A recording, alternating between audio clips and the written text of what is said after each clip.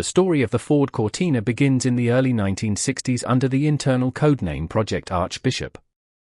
Ford of Britain's chief, Sir Patrick Hennessy, recognized an urgent need to challenge the dominance of rivals like the Morris Oxford and Vauxhall Victor. Rather than relying on radical engineering, Ford chose a philosophy of strict cost efficiency and utter simplicity. Chief designer Roy Brown Jr. applied cutting-edge aerospace structural principles to the body, creating an incredibly lightweight yet rigid steel monocoque chassis. The car was initially intended to be called the Consul 325, but in a stroke of marketing genius, Ford renamed it after the glamorous Italian ski resort Cortina d'Ampezzo to project an air of sophisticated continental lifestyle.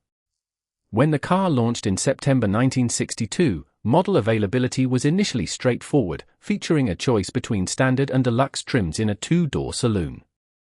These early versions were powered by a modest 1.2 Kent engine carried over from the smaller Ford Anglia. However, Ford rapidly expanded the lineup to capture every corner of the market.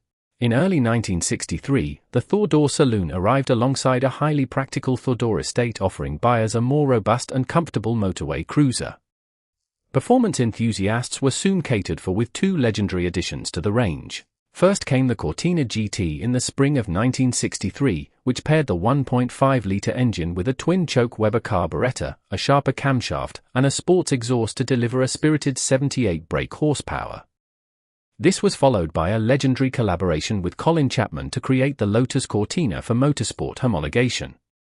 Built as a distinct high-performance model, it featured a 1.6 engine, aluminum body panels, and a completely redesigned Lotus rear suspension, instantly establishing the Cortina as a dominant force on the racetrack.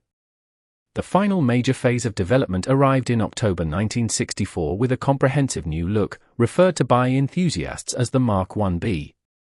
Ford replaced the original grille with a full-width chrome unit and introduced a groundbreaking Aeroflow cabin ventilation system, complete with adjustable dash vents and rear pillar extractors. This update also made front disc brakes standard across the entire range. By offering everything from a basic fleet car saloon to a wood-trimmed family estate, or a sporty GT, and a race-bred Lotus edition, Ford created a vehicle for every budget.